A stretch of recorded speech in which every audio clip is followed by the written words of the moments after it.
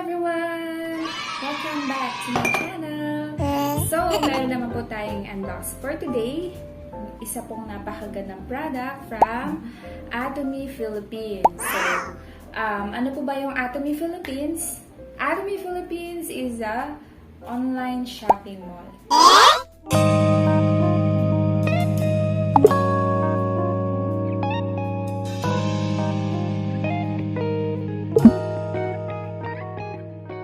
Atomy Philippines is an online shopping mall na nagdi-distribute po ng mga high-quality products not only in the Philippines, but best of the best products of every country globally. So, not only an online shopping mall, but it gives all the end consumers opportunity to earn while they shop their daily necessity products. So, today po, one of the products that I'm going to unbox is their very good product. We call it Atomy Medicook. So, ito yung pinaka-summary of the product. Easy and healthy cooking with Atomy Medicook. So, easy because this product is very thick. So, alam niyo from the word Medicook, pangluto po siya. Mabilis na ito makaluto kasi 5-ply siya, makapal siya. And healthy kasi mamaya di-discuss ko. And it is 3.3 liter pot. And it is a GST. And it is distributed from Atomy USA. So it's not really from Atomy Korea. It's from Atomy USA.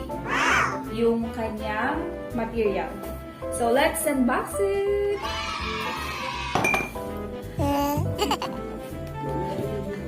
Okay guys, so let's open this now. I'm so excited to open this. It arrived a week ago, I think almost a week ago, but I've not been using it kasi gusto ko siyang i-unbox. So talagang pinipigilan ko siyang gamitin hanggat hindi ko siya ina-unbox. Kasi this is considered to be one of the most important collection for me because as a wife, of course, you want to give or to serve your family best products, right? Especially if it pertains our health or our family's health. So, let's open this para magamit na natin. Ito siya. So, this one, the lid. Yung kanyang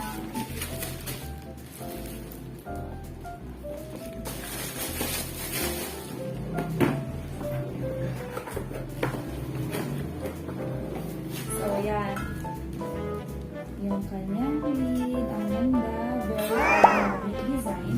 very modern design, and so ito na yung kanyang pinaka-pop.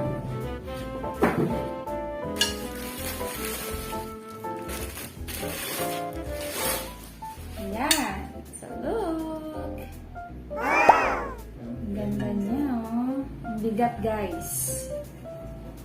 Pag nagugas kayo ng pinggan, pagod na kayo. Ang bigat niya. Of course, this is 5-ply. 5 yung kapal niya. So, ito siya. Yan. Tingnan mo naman yung kanyang. Para siyang naka-emboss ba tawag doon. Napaka-high-end. Wala po siyang mga tornilyo. Yan. See? Pati po dun sa handle niya, wala pong mga tornilyo. So, anong advantage nun? Of course, hindi siya matatanggal. Pangalawa, of course, hindi yung kakalawangin kasi mga tornilyo kinakalawang, di ba? Okay, so let's talk about what is this made of. But I want you to know more about this kasi sobrang ganda ng product na to. At bakit ba kailangan natin magkaroon nito? So, nandito, babasahin ko sa inyo. This sauce pot or this pot, itong kasirolang to, is made up of 316 stainless steel. Okay, so the reason why we call it Medicook is Yung stainless steel na ginamit ko dito is medical stainless steel, which is 316. So we have two kinds of medical stainless steel, yung ginagamit ng mga doctors sa operating room para operahan yung mga tao, to cut our bodies or to do implant. So we have 304 stainless steel and we also have 316 stainless steel. But yung mas high-end sa dalawa is yung 316, yung mas mahal. Kasi it is vastly superior corrosion resistance to chlorides and acids. Of course, yung mga nilalagay po na stainless sa loob ng katawan ng tao, it should remain there for a long time na hindi siya nagiging toxic sa katawan. So that's why they are using the 316 stainless steel. So sabi dito, your choice for healthy food and happy life. Atomy Medicook 5-ply stainless steel cookware with 3.5 mm body thickness. So ganun siya kapal. All internal areas that come in intact with food, including the lid, are made with 316. So hindi lang po yung body, no? Hindi lang po yung body yung 316, but also the lid. So, bakit nga din ba? This is the kind of stainless na formability, meron siyang formability property. It's a property of a metal na kahit i-bend mo, i-form mo to whatever you want, hindi po siya nagka-crack. So, also the strength. Ito yung feature, yun talaga pinaka-feature ng 316 medical stainless steel, yung strength niya. For what? Dahil ba matigas siya or what? Yung strength na tinutukoy po ng 316 medical stainless steel is hindi po siya nag-react sa heat.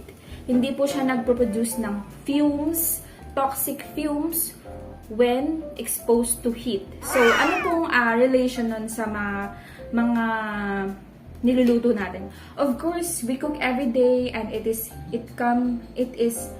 has close contact to fire. So, kapag hindi po stainless steel or high-grade, high-end stainless steel yung ginagamit natin, yung mga fumes na yon from those metal sa mga kaserola or sa mga pans, so, masama po yun sa food at nakakain po natin yun.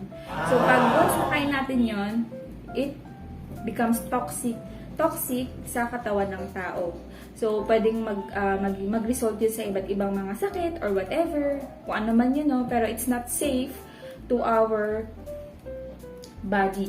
So, it is the type of stainless steel na pinakamahal sa lahat. So, dalawa nga yung dalawa yung medical, kaya nga siya Medicook, na title ng product is medical cookware. So, hindi din siya, it's a kind of stainless steel din na hindi po siya magnetic at hindi nag-rust. So, again, that is what we call the strength of this metal or this stainless steel is hindi po siya nag-react to heat, hindi nag-rust. It has a very high formability feature. And also, yun. So, ano pa? So, sabi dito, sa manual, ito lang naman siya. Sabi dito, there are 4 things that we need to do when we buy this. First, before using for the first time, we have to boil a mixture of water and vinegar or lemon juice in the pot. Wash cookware and covers in warm water with Atomy dishwashing soap. Rinse thoroughly in warm water and wipe dry with a soft dish towel. Ensure the cookware is completely dry before storage. So, how to remove stains? Of course, this kind of stainless has a formability feature, but hindi rin ibig sabihin na kukuskusin mo na siya ng nakakaano ng mga steel. Alam niyo, pangkuskus ng kaldero. So, sabi dito, calcium and other minerals in your water or food may leave multicolored stain or a spotted white film. I experienced this one dun sa Medicook walk ko. Para nagpuputi-puti yung labas niya.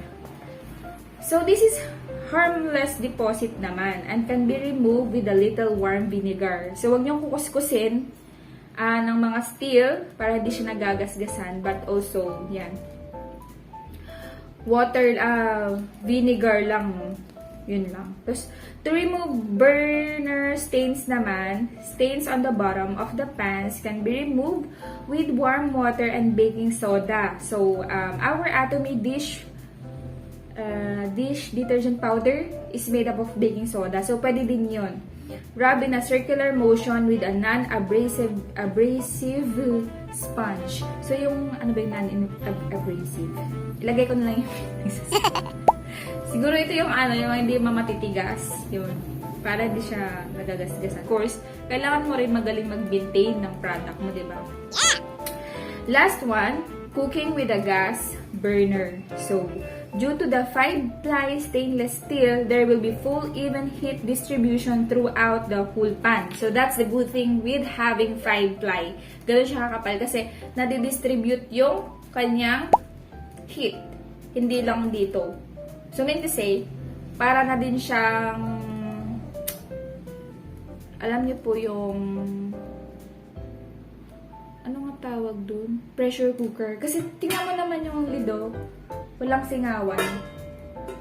Kaya nga siya tawag easy and healthy. Mabilis ka lang makakaluto. Makakatipid ka pa ng gas. Which often means that a lower heat setting should be used for this cookware. So, you don't need to palakasin ng todo-todo yung apoy mo. Kasi, 5-ply nga siya. So, low heat is okay and fine with this product. So, yun pala yun. Use and care guide. So, pag bibili kayo neto, para ma-maintain nyo po siya ng maayos, sundin nyo po yung guide ng product na to. Yan. So, ilalagay ko na lang po yun sa screen para di nyo makakalimutan. Okay. That's all for today. Thank you so much guys for watching. I hope you will share this video for other people's information too. And also, don't forget to subscribe to my channel and hit the notification bell so you will be notified if I will be uploading more videos in the future. So, thank you guys for supporting me. God bless you all. Bye!